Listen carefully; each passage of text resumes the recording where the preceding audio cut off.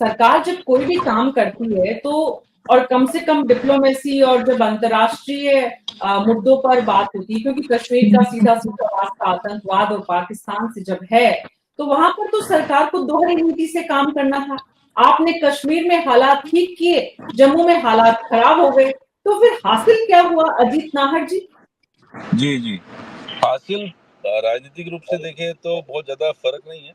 जनता तो वही है, आज भी वही है। क्या कानून बना देने से या परिसीमन करने से वो चीज़ें बदलाव आएगी? निश्चित रूप से जो चुनाव है उससे फ़र्क तो पड़ना चाहिए और लोग बहुत उम्मीद रख रहे हैं कि चुनाव जल्दी हो और इन चुनावों के माध्यम से वो अपने प्रतिनिधियों को चुनें।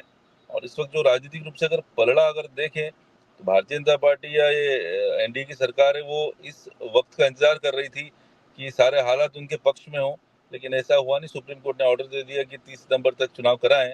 तो इस हिसाब से अभी जो पलड़ा है, मुझको लगता है थोड़ा-सा कांग्रेस एंड सपोर्टिंग या इंडिया गठबंधन की ओर ज़्यादा है।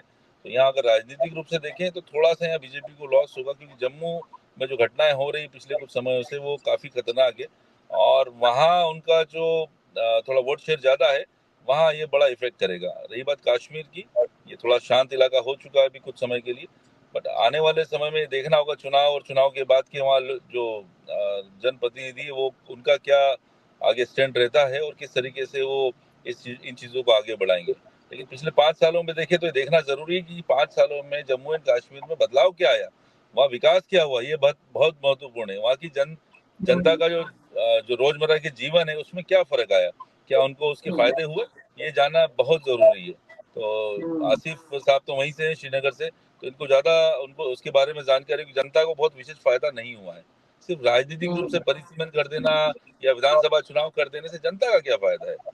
पार्टियों का जरूर फायदा हो सकता है, जनता का फायदा कब होगा? जब ये जम्मू कश्मीर की जनता पूरे देश की दूसरी जनता के साथ मिल करके काम कर पाए। आप सोचिए, बिहार का एक व्यक्ति आपको देश में कहीं पर भी मिल जाता है, लेकिन जम्मू कश्मीर का कोई भी, आप देखिए रोजगार में भी आप देखिए कोई भी एम्प्लॉय आपको नहीं मिलेगा, नहीं के बराबर है।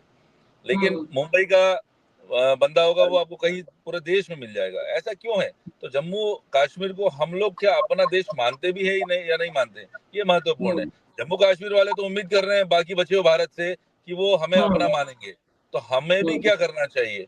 यही नॉर्थ ईस्ट वालों के साथ भी होता है। तो अभी पूरा एक देश बनने में थोड़ा समय लगेगा।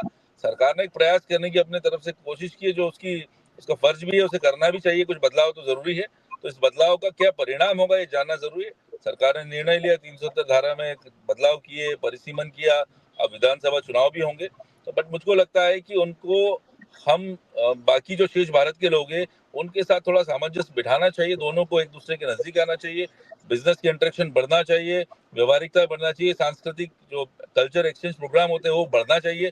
जम्मू कश्मीर के लोगों को बाकी भारत के लोगों को इनवाइट करके उनको सम्मिलित करना चाहिए कि बाकी भारत भी आप ही का है और जम्मू कश्मीर भी हमारा है। हम ये तो कहते हैं जम्मू कश्मीर हमारा है, लेकिन ये तो नहीं कहते हम कि कश्मीर वालों का पूरा भारत है। जब कश्मीर हमारा है तो कश्मीर वालों का मुंबई क्यों नहीं है? दिस इज अ प्रॉब्लम, बिल्कुल, ये बिल्कुल, नहीं होना बिल्कुल। चाहिए। तो ये